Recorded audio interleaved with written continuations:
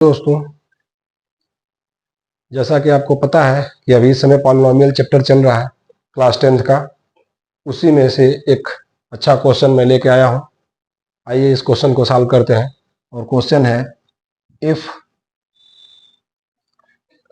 F x equal to a x cube plus b x minus c is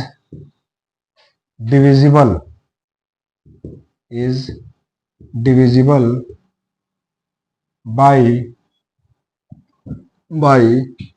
gx equal to x square plus bx plus c, then ab equal to what? ab का value क्या होगा? और option है ab के लिए 1, -1, 0, 3, 1, -1, 0, 3, ये आपके पास option. Question एक बार देख लीजिए। F x equal to a x cube plus b x minus c is divisible by g x equal to x square plus b x plus c, then a b equal to what? What का means इस चार option में से क्या होगा? ठीक है, आइए क्वेश्चन को सॉल्व करते हैं।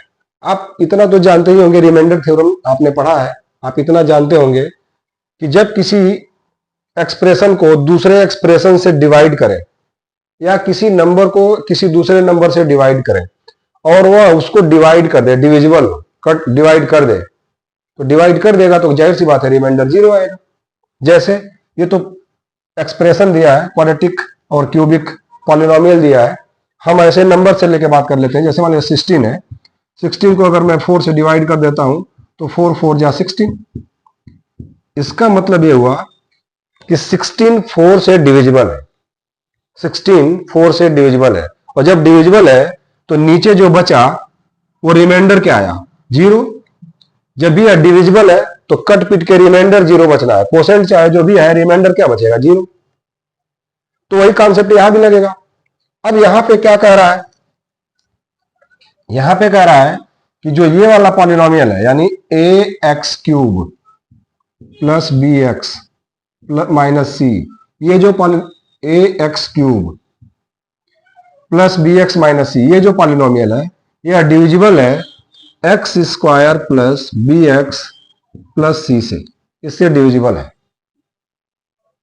अगर यह इससे डिविजिबल है तो डिवाइड करने पे रिमाइंडर 0 आना चाहिए, तो हम इसको डिवाइड कर देते हैं और डिवाइड करके जो भी रिमाइंडर आएगा उसको 0 कर देंगे। रिमाइंडर इसका डिवाइड, क्योंकि ये तो आप देख रहे हैं कि वेरिएबल्स है तो 0 आएगा नहीं, लेकिन क्वेश्चन में जब दे दिया है कि डिविजिबल है तो हम मान के चलेंगे कि 0 आएगा। अब जो भी ये वैल्यू आएगा उसको 0 करना पड़ेगा, क्योंकि डिविजिबल है तो उसको 0 आना ही है, रिमाइंडर को 0 आना ही है। तो डिवाइड कीजिए। अब आपको पता है कि यहाँ ए एक्स क्यूब लाना है तो हमको यहाँ ए एक्स का मल्टीप्लाई करना पड़ेगा, तब जाके देखिए इसमें मल्टीप्लाई करके ए एक्स क्यूब बनेगा। और ये मल्टीप्लाई यहां भी करूंगा तो ये बन जाएगा a b x square, a b x square, और ये मल्टीप्लाई होके बन जाएगा ए सी एक्स, ए सी एक्स। हालांकि ये एक्स एक्स के नीचे लिखना चाहिए था, लेकिन क्रम से मैंने ऐसे लिख दिया है अभी। और आपको पता है कि डिवाइड करने पे नीचे सब्ट्रैक्ट कर देते हैं, तो सब्ट्रैक्ट करेंगे तो ये माइनस माइनस और ये माइनस। ठीक, अब ये कट जाएगा, कट करके ये और ये सेम टाइप के हैं, देखिए लाइक टर्म है, एक्स स्क्वायर एक्स और यह अलग है, एक्स स्क्वायर है। तो पहले इसको लिख लेता हूं, minus a b x square. इन दोनों में से जो लाइक टर्म है उसमें से x कॉमन किया मैंने, x कर लिया कॉमन, तो जब x कॉमन हो गया तो यहां से बचा b और माइनस यहां से बचा ac, और इसके बाद ये बच रहा है माइनस c, ये उतार लेंगे, बच गया। अब फिर डिवीजन हमको ले जाना है। इस बार डिवीजन कितनी बार जाएगा? तो माइनस ए बी टाइम ले जाएंगे, a b minus a b. हम तब तक डिवाइड करते रहेंगे जब तक रिमाइंडर की जो डिग्री है, जो पावर है, वह इससे छोटी नहीं हो जाती है। अभी देखिए पहले पावर 3 थी तो डिवाइड गया था, यहां पावर 2 था, यहाँ 3 था तो डिवाइड गया था। अभी जो बचा है रिमाइंडर उसकी भी डिग्री 2 है और यहाँ 2 है तो अभी भी डिवाइड जाएगा। जब बचने वाले रिमाइंडर की डिग्री इससे छोटी हो जाएगी तब डिवाइड नहीं जाएगा, उसी को हम रिमाइंडर मान लेंगे। अब आपको करना क्या है, मैंने ए बी टाइम्स कर लिया तो ए बी का इसमें मल्टीप्लाई, तो minus a b x square, इस ए बी का इसमें मल्टीप्लाई तो minus a b square x, तो minus a b square x, minus a b square x, और इसके बाद minus a b c, minus a b c, ये हो जाएगा प्लस, ये हो जाएगा प्लस, ये हो जाएगा प्लस, फिर से ये कट जाएगा। जब ये कट गया तो इसमें और इसमें कॉमन हो जाएगा x, और x कॉमन हो जाएगा तो यहां से बचेगा b माइनस ए सी और यहां से प्लस ए बी स्क्वायर, और यहां से minus c plus a b c, ये माइनस सी और ये plus a b c, like तो है ना कि एक जैसे जुड़ जाएंगे, तो ऐसे ही करना पड़ेगा। अब देखिए जो ये बचा है इसका जो वेरिएबल है उसका पावर 1 आ गया, यहाँ वेरिएबल का पावर 2 है, अब ये डिवाइड नहीं करेगा, यानी यही अब रिमाइंडर मान लिया जाएगा। तो हमारा रिमाइंडर आ गया इतना। अब जब रिमाइंडर इतना आ जाएगा तो उस केस में हम क्या कर लेंगे, ये है रिमाइंडर, इस रिमाइंडर को मैं ऐसे लिख दे रहा हूं, इसमें कुछ कॉमन है क्या, नहीं है, कोई बात नहीं। तो x ये रिमाइंडर जो आया है b minus a c plus a b square minus minus, और इसमें से c कर लेता हूं common, c common, c common किया तो माइनस से प्लस, बल्कि प्लस c कॉमन कर ले रहा हूं, तो यहां c कॉमन होते ही बचेगा यहां से ए बी। आप माइनस भी कर सकते हैं, कोई दिक्कत नहीं, जो आपकी मर्जी, प्लस कॉमन कीजिए माइनस, तो मैंने प्लस कॉमन किया है, तो मैंने प्लस कॉमन किया तो इस c का पहले इसमें डिवाइड कर रहा हूं तो बच गया ए बी, और फिर इस c का इसमें डिवाइड करूंगा तो -1, ये बच गया, ए बी -1 बच गया, यानी ये मेरा रिमाइंडर है। अब इस रिमाइंडर को हमको जीरो करना है। क्यों जीरो करना है, क्योंकि क्वेश्चन में साफ साफ लिखा है कि डिविजिबल है, डिविजिबल है तो रिमाइंडर जीरो आना चाहिए, मतलब ये पूरा जीरो है। तो according to question remainder is equal to zero because it is given that f x is divisible by g x, तो ये जीरो, और जब ये जीरो हो जाएगा तो या तो ये टर्म जीरो करना पड़ेगा या तो ये टर्म जीरो करना पड़ेगा, तभी ये जीरो आएगा। अब इसको जीरो करें, अगर मान लीजिए हमने कर लिया b और b minus a c minus plus a b square, या तो ये जीरो देखिए ये इतना प्लस इतना इक्वल टू जीरो आया है तो इसको भी जीरो करना पड़ेगा आपको, और c a b -1 this is equal to also zero. जब तक ये दोनों टर्म अलग अलग जीरो ना हो जाए, ये अलग से जीरो और ये अलग से जीरो जब तक नहीं हो जाएगा तब तक इनका सम जीरो ही नहीं पाएगा, और हमको जीरो करना है तो इनको दोनों को जीरो बनाना पड़ेगा। और क्यों करना है, आपको पता है डिविजिबल है तो रिमाइंडर जीरो आएगा, तो रिमाइंडर को जीरो करना है तो ये जीरो होना चाहिए टोटल, ये भी टोटल जीरो होना चाहिए।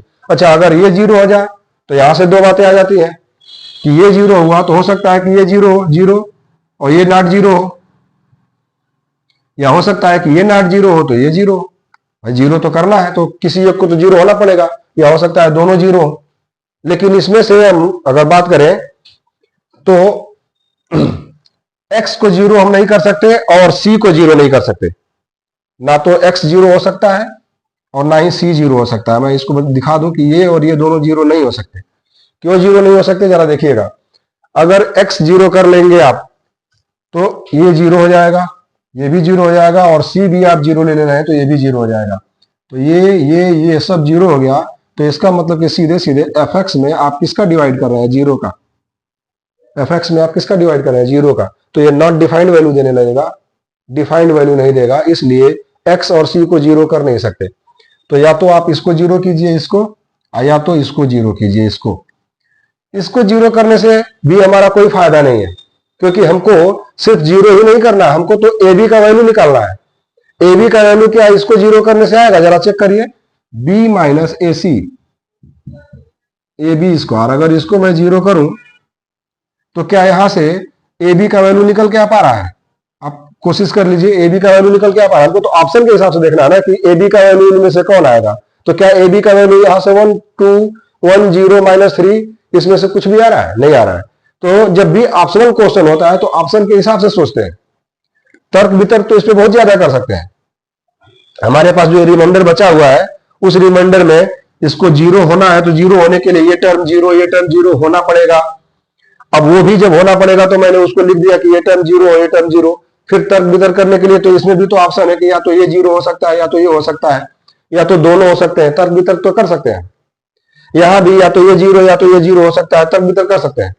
लेकिन मुझे फायदा किससे होने वाला, हम अपने ऑब्जेक्टिव पे, अपने लक्ष्य पे कैसे पहुंचेंगे वो देखना है। आपका जो ऑब्जेक्टिव दिया हो तो वो दिया ना, वो किससे मिलेगा? तो वो मिलेगा आपको इसको जीरो करने से।